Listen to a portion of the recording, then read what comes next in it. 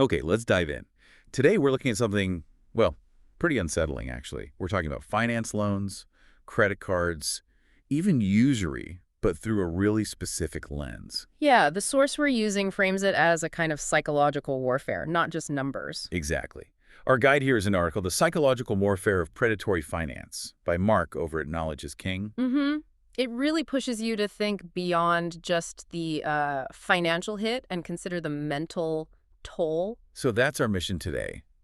Unpack the key ideas from this piece. How do these financial tools become traps? And traps designed to cause real psychological harm, according to the source. Right. And importantly, what does the article suggest we can actually do about it? It's a heavy topic, but definitely an important perspective. It really shifts how you view debt, doesn't it?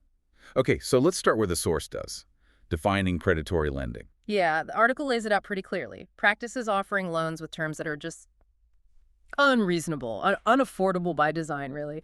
And critically, it says they specifically target vulnerable people. So it's not just a bad deal, it's intentional.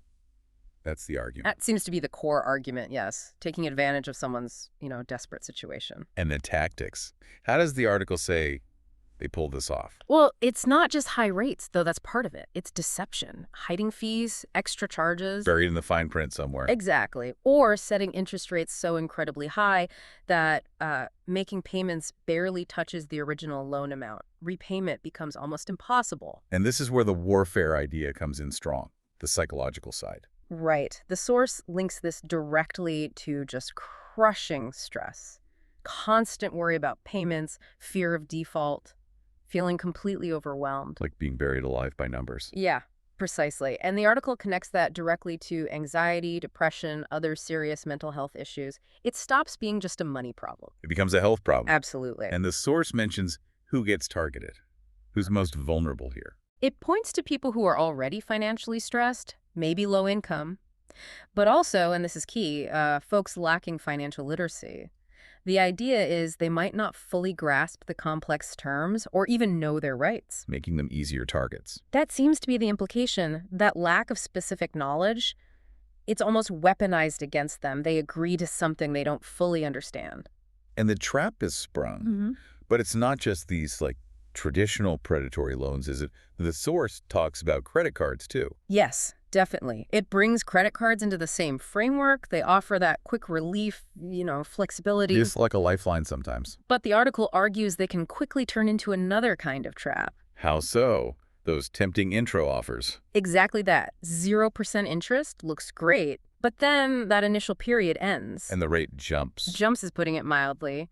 The examples in the source suggest it can skyrocket, turning even a small balance into a huge problem if you're not careful. Wow. And are there other tactics mentioned with cards? Oh, yeah.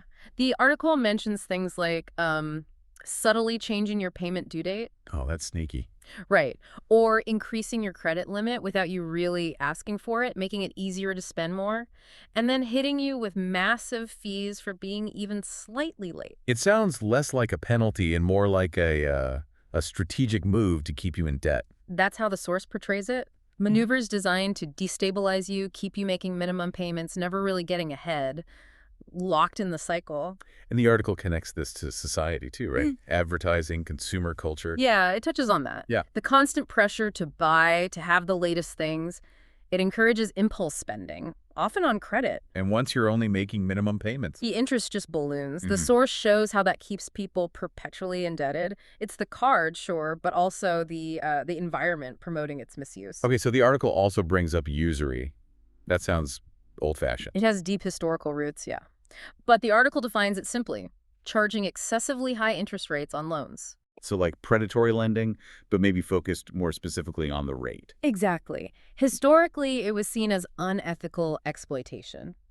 The source argues that even though it might be big institutions now, not just loan money lenders, the practice continues, still targeting the financially vulnerable with rates that make repayment incredibly difficult, sometimes impossible. And the psychological impact, similar story. Very similar, according to the source. Facing a loan where interest just eats up your payments. That feeling of being trapped, helpless, it's overwhelming. It reads immense stress. Huge stress, yeah. And the source points out the toll on mental well-being. Plus, there's often that layer of shame, embarrassment. Because debt is often seen as, like, a personal failing. Right. Culturally, it can be viewed that way, which leads to isolation, keeping quiet about it, and that just makes the stress and anxiety even worse. What strikes me reading about this source is how subtle it all sounds. This warfare often goes unnoticed. That's a key point in the article, yeah. It often isn't obvious until you're already deep in it. The lenders, the companies, Hmm. they're described as being skilled at hiding the traps. How so? Like the fine print example again. Exactly. A loan might look great on the surface, low payment, fast cash, but the hidden fees, the balloon payment coming later, the real total cost, it's all buried in dense legal text. Text almost designed not to be understood easily. Pretty much. You sign up thinking you've found a solution, but the article suggests you've actually stepped onto a financial minefield. And that connects back to the stigma you mentioned, the shame around debt. It's a powerful point in the source. Debt isn't just about money. It carries this heavy social judgment. Failure, irresponsibility. And that stigma prevents people from seeking help. Absolutely. It makes it incredibly hard to speak up, to ask for advice, even just to admit you're struggling. You feel isolated, ashamed. Like you're the only one. Yeah, when in reality, the source implies these tactics affect huge numbers of people.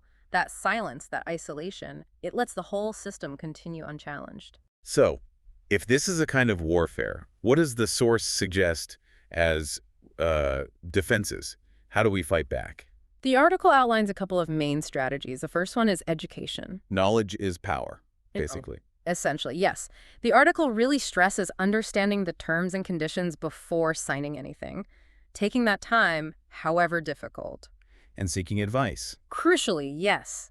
Getting financial advice from a trusted source, someone who isn't trying to sell you the loan or the card, is highlighted as really important for making informed choices. Okay, education first. What's the second part? Accountability. And this works on a few levels, according to the source. Systemic changes. Yeah, on one hand, the article argues for governments stepping in, implementing stricter regulations to actually curb these predatory practices and usurious rates. Makes sense.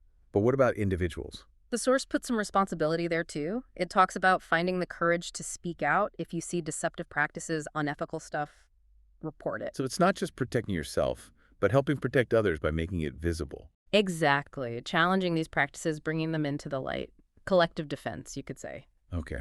So wrapping this up, what's the main takeaway from this deep dive, guided by the Knowledge is King article? I think the core idea is that predatory loans, credit card traps, usury, they're not just financial issues. They're interconnected parts of a system that can wage, well, psychological warfare, seriously impacting mental health, quality of life. A much deeper impact than just the bank balance. Absolutely. And the way forward, according to the source. It seems to be a mix. Personal empowerment through education is vital.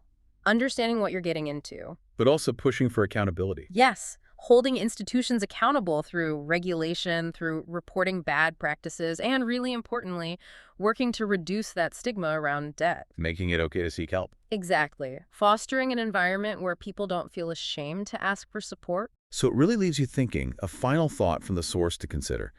How can we, each of us, actively contribute, both to educating ourselves and others, and to holding these institutions accountable? How do we help dismantle this financial warfare? It's a big question. Definitely something worth reflecting on.